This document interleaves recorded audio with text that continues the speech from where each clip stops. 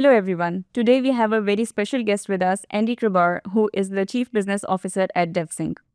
He has a great knowledge regarding leadership and has worked in finance before getting into tech and brings a great wealth of knowledge to the table. Hi, Andy. How are you? Hi, Manal. Very well. Thank you for having me. The pleasure is all ours. Amazing. Okay. Are you excited to be here today? Very excited. It's my second time in Pakistan. Okay, Coming that's to great. the amazing Devsinc office, meeting the amazing Devsinc people in real life. It's fantastic. I'm very excited to be on your show. Thank you so much. So, speaking about your association with Devsinc, you have been associated with them for quite some time now. How did you get to know about Devsinc, and what drew your attention to join Devsinc? So I've been working with Devsinc for about a year now, but the journey with my involvement with Devsinc starts almost a decade ago when my co-founder and I, we just decided to build our first tech startup. And we left our well-paying jobs and our sense of security and said we want to build a company for ourselves. Problem was we were two non-technical founders who didn't know that much about technology. And we did what most first-time founders did. We went and hired a firm out of Eastern Europe to build our MVP. Oh, that's great. Unfortunately, it didn't work out as we had planned. After a few months, tens of thousands of dollars wasted, upset customers, we were lost and we didn't know what to do. And as at that time, I first got my interaction with Devsinc through Usman. Usman Asif, the CEO of Devsinc. Okay. And we met him, and he immediately just changed our perspective on it. It wasn't about building an MVP. It was actually about finding a technology partner. And with Devsinc, we were the client for that journey. And in the next 5 years, we built an incredible company. We helped hundreds of customers around the world, like Warby Parker or Figma, Envision, many well-known brands. And Devsinc was our technology partner for that journey. Okay. We had a great outcome and have continued to work with them over a number of years. And then at the start of 2024, I was speaking again with Usman around what's next. And he told me all the exciting opportunities we have at Devsinc and how I could potentially play a part in that. And then I joined earlier this year, and it's been an incredible journey so far. Getting a lot closer to the business, the people, and the opportunities we have ahead. Okay, that's great to know. So, if we talk about your journey before joining Devsinc, what was it like? Well, as you said, I started my career in banking, in investment banking, for the first 5 years, and that was an incredible journey in that I got to experience everything you do in professional services, which is a lot of presentations, PowerPoints, lots of learning. Generally, at least in my company, you work incredibly hard, but it's very much a blessing. Yeah. Get to learn all these incredible skills. But after about 5 years, I realized I didn't want to be in professional service my whole life. I wanted to build a real company and have something tangible. Problem was I didn't know anything about business because I'd just been working on PowerPoints and spreadsheets and those sorts of things. It's very different from what you've been doing. Incredibly different, yeah. And this was around 2014. And I was reading a lot of Tony Robbins at the time. And one thing he always speaks about is proximity is power. So if you want to learn something or do something, go to where the best people in the world are doing that thing. And for me, that was around technology and business in the United States. So we packed up our stuff, said goodbye to all our people, and we moved from Australia to the US. And it was from there I got involved in technology and startups. And just a couple of years later, we had that first introduction with Devsinc and Usman and started there. All right. So was that move hard for you, or was it easy? I think in hindsight, we often forget how difficult it is. We only have the fond memories. But I know that almost was like a young boy that left Australia at that time, was incredibly nervous. We had a comfortable life in Australia. Both me and my wife had good paying jobs. We had a good social network, good community. We had It becomes really, really hard. Yeah. But we knew that if we were going to take the chance and go on an adventure and go overseas for us, it was much easier to do earlier in our life than it was later in our life. So we said, look, now's a great time and opportunity. Okay. Let's go. Okay, that's great to know. Many people, when they are crafting their LinkedIn profiles, they write about their achievements and their successes. We have XYZ ventures and whatnot. Cool. But you've written about your failures as well. Yeah. What made you write that? Because this is something very different to observe. So many things come to mind, but one thing that I've always believed is often we're crafted a lot more by our failures than our successes. True. Because success can be a lousy teacher. If everything goes right, we have a great outcome, great experience, but we might not learn as much when things go wrong. And we need to figure out, okay, that wasn't the path. And we get that feedback from the career or the business or life or relationship, whatever it is. And we get that feedback of that's not quite the right way. Let's try something else. And you go through these many iterations. And I think that ultimately crafts who you are. And I think when I see people that have had wins and lots of losses, I expect they've learnt a lot more than someone that just had win after win after win. Yeah. So that gives you an edge over them. I wouldn't say an edge. I think we're all the product of our environment, our experiences.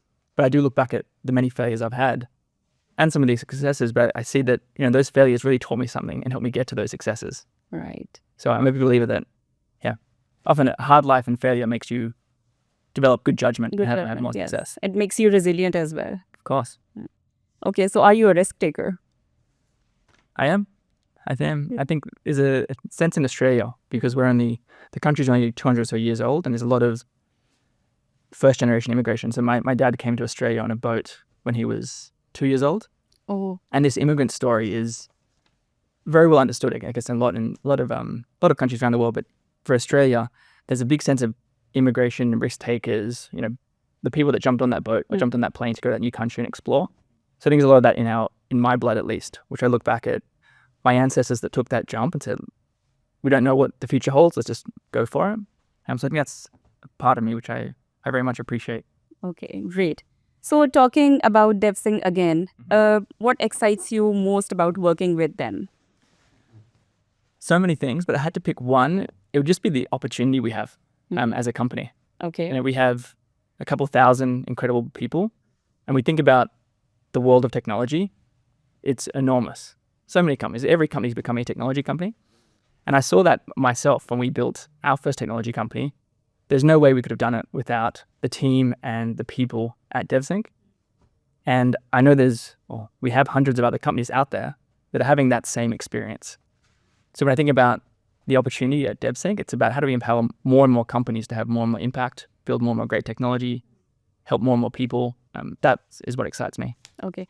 Since you have a great experience with the IT industry now, what made you believe that Pakistan could be that missing piece in the jigsaw puzzle of the IT landscape? Because you've been here for the second time now. I think you've made your observations very well. So what are your observations regarding them, and how do you think Pakistan could be a great fit?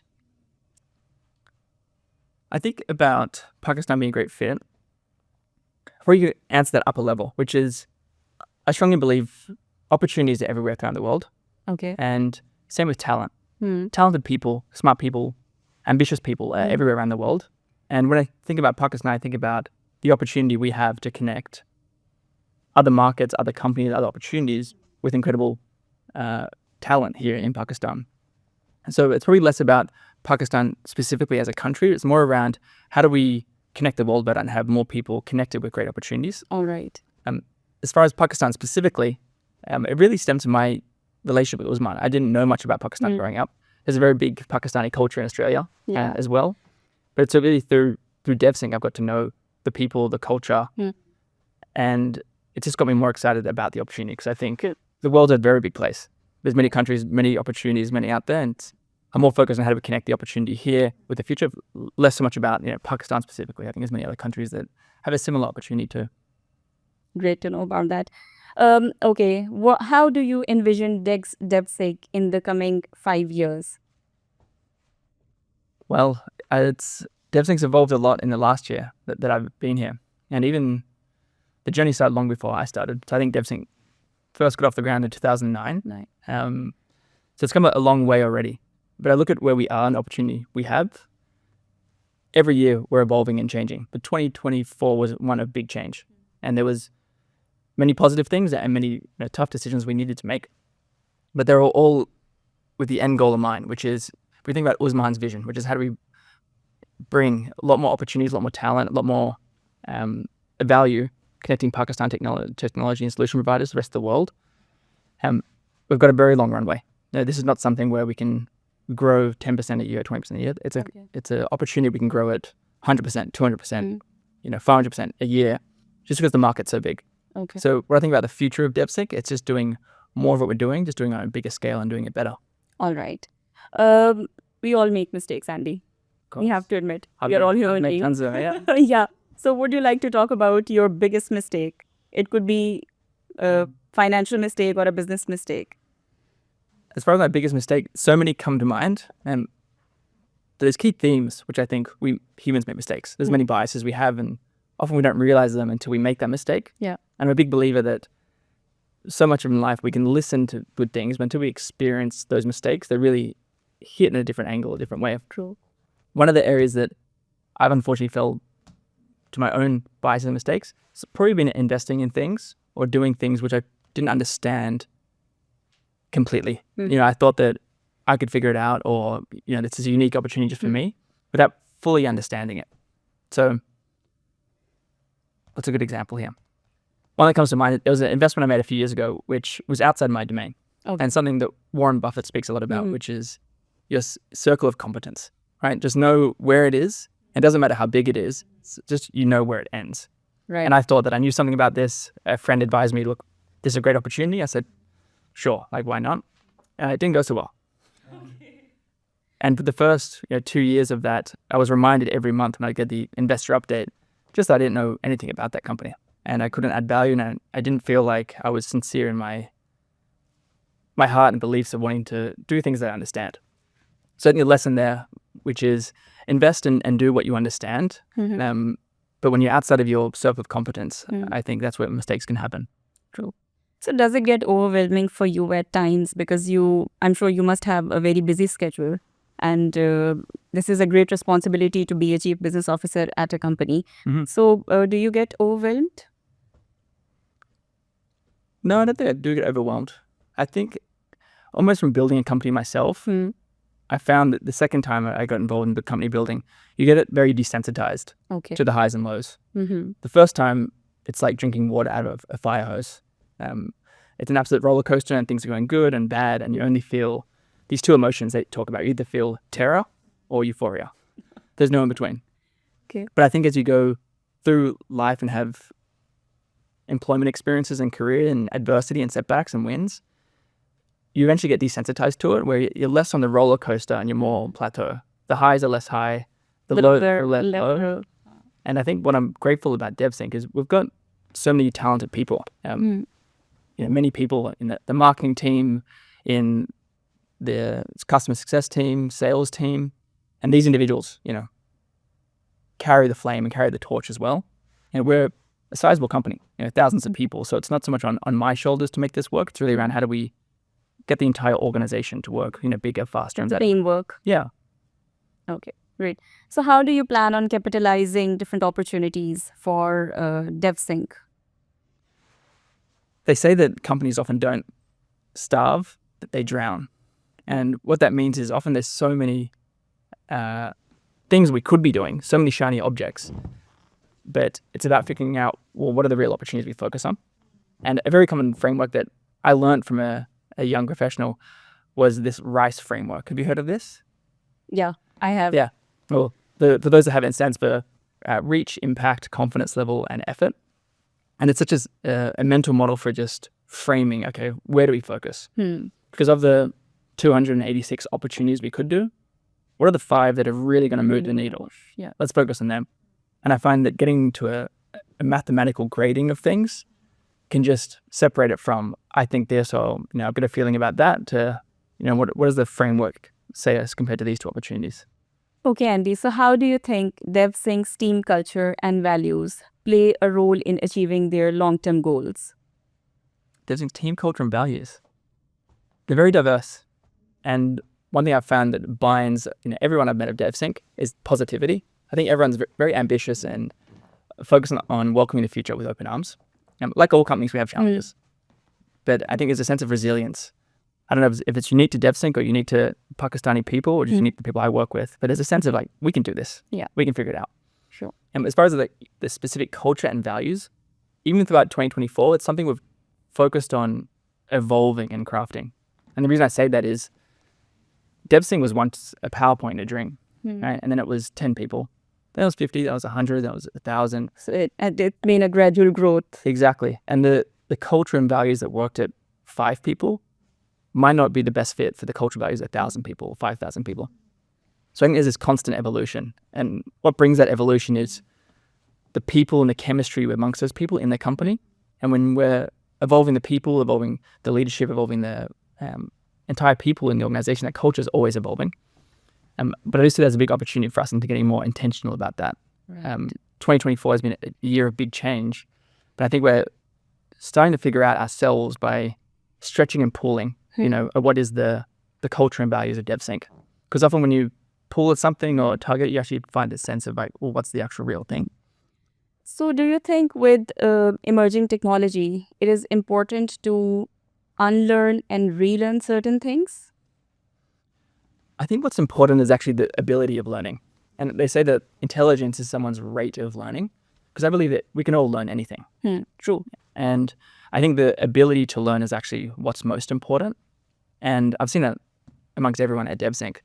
But whether it's Rails or whether it's Node or whether it's this technology, that technology, or AI or cybersecurity, these are all skills which people can learn. Okay. So what I always try and get everyone to focus on is like, well, how do we get good at the function of learning? Because there'll be all new technologies next year, the year beyond. Some of us focused on like what emerging technology versus how do we capitalize on that emerging technology and learn it quickly. Okay. What is one misconception that people have about starting business or building on a business? Misconception about business. One thing that like you read about this and people tell it to you, but don't actually realize it till you do it, is things just take so much longer and so much more effort than you can actually imagine. I remember when I was leaving a company, my first company I worked at in the States, actually, I was speaking to the founder there, and I was like, how long did it take you to get this plane, like this machinery off the ground? He was like, 2 years. And I thought to myself, man, 2 years of like trying to get stuff to work? I'm going to do it in one. Like I'll show him and I'll be able to do it much faster. Took us 2 years, right? And we got very lucky with a number of things.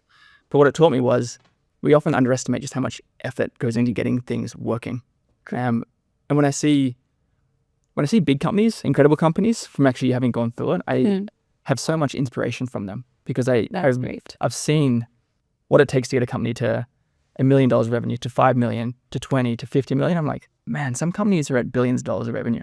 Imagine how much effort and how much time and energy goes into building those things. And I don't look at it with jealousy, I look at it inspiration. It's like, that's incredible. So what a test of, a founder's ambition to build these things. Great. Do you love to read books? I'm a big reader. I went through a phase in my life when I actually just moved to San Francisco. Okay. I didn't have much of a social life, so I used to be chewing through books every week.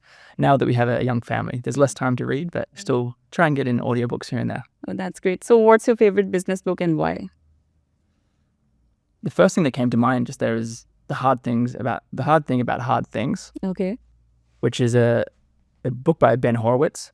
But he talks about that theme I was just talking about, how difficult it is. And the title of the book, The Hard Thing About Hard Things, the concept is there's no playbook for these things. Okay. When things are going wrong and, a company is losing product market fit or the competitor's kicking its butt in the market, there's no playbook of like, these are the 4 steps to solve that. It's a hard thing. And this book just goes through in detail of like, these are all the hard things that need to happen and how you can think about them, how you can achieve them. But maybe talking another book, less about the business context, is actually Dale Carnegie's How to Win Friends and Influence People. Yeah. It is, I try and revisit that book every few years because a new message just hits me in a new way each time. And building companies and life is all about people. And there's just so many incredible lessons in that book about how to engage and collaborate and persuade and work with people to achieve big things. I've been trying to read that book for so long, but somehow I don't get a chance at it. What holds you back? Nothing. I am a reader as well, but I don't know, somehow that's the only book that I want to read, but somehow I just don't. I really want to go through that book now. Now I try to have that motivation in me to go through that book. I try to read it. What is your favorite book? Atomic Habits. Nice. By James Clear. Yeah. Very good. Yeah. I've read it twice and I think that has brought a lot of change in my life. So what's the one most adventurous thing that you've done? I didn't mention this, but when we left Australia, we didn't have anywhere to ground ourselves in the US. So my wife and I, we got married in 2011 and we said, we don't have time for a honeymoon. We're young professionals, we're going to keep working. But we always planned to have a honeymoon one day. And that day came in 2014. We said, let's get on the the North American time zone, but let's have our honeymoon, which we backpacked around Central and South America a few months, which is an incredible experience. Where it was just my wife and I in our backpacks going around to different communities, different cities, experiencing different things, going through all the hardships that come with travel. You know, a missing passport, or you miss the bus, or you're trying to get directions to this place. It must have been a journey for you. Yeah, and you often, it's very humbling because you realize how much you rely on other people. And this was a time before, people weren't really on their iPhones that much, and directions were still tough. Yeah. But it's a very humbling experience, and experiencing new cultures and traveling is something that me and my wife hold very dear to our hearts. That's nice. So with Devsinc expanding its global footprints, it's going to obviously have a set of challenges for itself. Yeah. How do you foresee those challenges, and how do you plan to tackle them? There's so many challenges with growing companies, and outside of Devsinc, if there's a company's not having problems or challenges, it's not growing. So I always think challenges and problems are inevitable. There. So when we're growing internationally and we're expanding to new markets and welcoming new customers, there's incredible problems we need to overcome, but they just help make the company stronger.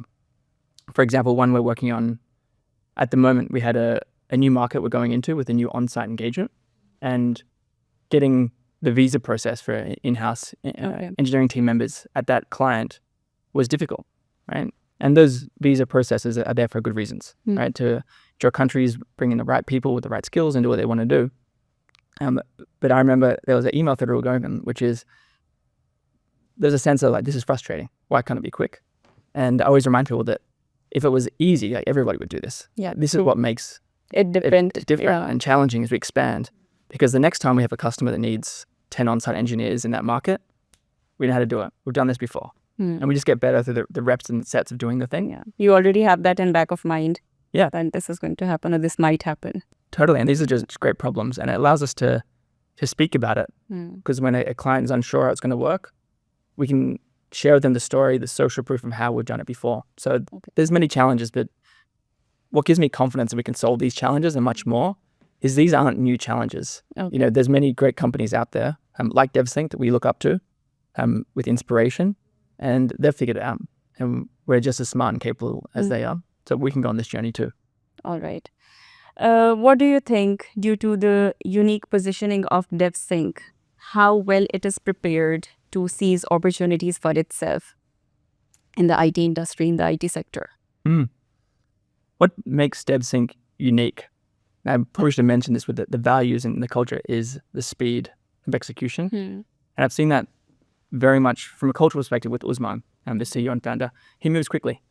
Okay. And the ability to take an idea or a concept to execute it quickly is a very important trait we all need to have. But I've seen that in Usman, and that's very much permeated throughout the organization. But the company moves quick. And whether that's emerging technologies, whether that's new ideas, new concepts, whether that's customer success and support, the ability to move quickly, I think, is a really big competitive advantage that Devsinc has, expanding globally. Nice. And what personal philosophies do you believe in which make your work easier as the Chief Business Officer? The biggest one that comes to mind that makes my work easier is empowering people and being okay with mistakes. In that concept of speed being a competitive advantage, often I find people, especially people newer in their career, they're very cautious about making mistakes. They don't make mistakes. But often in the goal of speed, we make mistakes. Yeah. And I'm totally okay with that. I say to my team, like, we need to be moving faster. And if we make 100 decisions and 3 of them are wrong, or, maybe not the best path, I wouldn't say wrong, that's okay. As long as we move quickly on all of them. Okay. And importantly, that we don't make the same mistake next time. Yeah. But I think mistakes, problems, setbacks are just often a sacrifice you need to make to move quickly. True. Which is something I try and teach a lot, which is empower people to run fast and make mistakes and be okay with that. So is that how you inspire your team to work with Devsinc's vision and their goals, and then they deliver results? In some factors, yeah, because there's some things you can move very quickly on, and there's some things you can't. You can't. So, for example, we can move quickly on internal ideas or operations, or setting up a new process. That can be done very quickly, because the consequences of getting that wrong Okay. might be, a day setback. But there's some things you can't move quickly on. So when it comes to customer security or customer success or a client project, sometimes we need to actually focus much more on quality than moving quickly. Okay. But most of the time, we can move quickly because there's very low downsides. But like all things, I guess it depends. Okay. What advice would you give to younger Andy? Younger Andy. I've been through a few pivotal moments in my life. Two that come to mind was one, in my first year out of college or university, I was working at that investment bank, and it was tough. And my wife had just moved to the country. She's Canadian. And I didn't know if I could do it. Okay. And there was a sense of like, man, this is going to be this hard forever. But it was really just an adjustment that I realize in hindsight. But I'd stepped out of college and university life where everything's very regimented and you've got courses and grades and, structure. And suddenly I was out in the big bad world by myself. And I think at that time I had a lot of stress, anxiety of like, is this for me? Can I do it? Okay. I had a very foundational conversation with my mum. And she's very much an emotional and spiritual support in my life, but also very much a humbling or tell me the truth. And she said a few words to me that really made me realize that, no, I am a man and I can go out to this big bad world and be independent and face these dragons and those sorts of things. But I would say to that young boy, I must have been 22 years old, that if you take calculated risks and just stay positive, you can really achieve so many things. And I think I was waiting for that permission of like, can I take these risks and will I be okay? And she gave me that comfort, like, yeah, you can take risks. Sure, you might fall over and scrape your knee, but you'll get back up and you better do it again. Now, those are some really inspirational words from your mom. Yeah. Okay. So, Andy, as we are nearing the end of this podcast, any advice that you would like to give to budding professionals who are aspiring to take on the leadership role? I had a very good conversation with a younger person on my team last night as far as an annual performance review. And I was going through this feedback with her, and I was thinking to myself, that, man, I think everybody needs to hear this feedback early in their life, in their professional career. And it was to take more ownership of things. Because often in our career, we think that we're, when you stay in the shadows or, don't make mistakes. But often there's so much benefits and strength and acceleration in your career you can take by taking ownership and leadership of certain things. Right. So one thing at Devsinc, we run on objectives and key results, where we set what are the objectives for the quarter that align with our mission, and then what are the key results that we want to get done this week, and that breaks down to initiatives. But I was talking to her about how do we get your name next to more key results, and she's an incredible player. It's so good at what she does and very capable. And there's an opportunity for her to own more of these key results, because when you own something and you're responsible for it, and it's your name on the spreadsheet next to the project, you feel a sense of accountability. True. But also there's social accountability, and also there's a sense of professional accountability to make it a success. And when you take that ownership and other people see you take that ownership and you give it the best that you've got, it doesn't matter if you fail or succeed. It's just a really big opportunity to accelerate your career. So my advice to younger people would be own more things. And the more public and the more accountable and the more difficult they are, the more rewards there will be. Okay, that's a great advice. This is going to be a fun question. And I want to ask you, what is one gadget that you're obsessed with? I very much am a gadget guy. I'm also the tech support for my house. Whenever my family or my wife or someone has a problem with their iPad, whatever, the Wi-Fi, I'm the guy that solves it. But as far as my gadgets, I live and breathe off my iPhone. I think we all do, so I wouldn't say that. One thing I found very helpful recently is an Aura ring. There's many brands out there that do a similar thing, but tracking your sense of your stress, your breathing, your sleep. I've leaned into that stuff. And I think what's actually changed is I struggled for years trying to wear an Apple Watch. I'm just not a watch guy yet. Okay. And I just never wore it. But having a sense of jewelry, I'm not wearing it right now, but having a sense of jewelry, but also that provides feedback of how you can be better physically has been very helpful for me. All right. So thank you so much for Andy. It has been a pleasure talking to you. How did you feel about it? That's great. Thank you so much for having me on. I love the questions. The pleasure is all ours. Amazing. Thank you so much for watching today's episode. Please let us know in the comments what you think about it.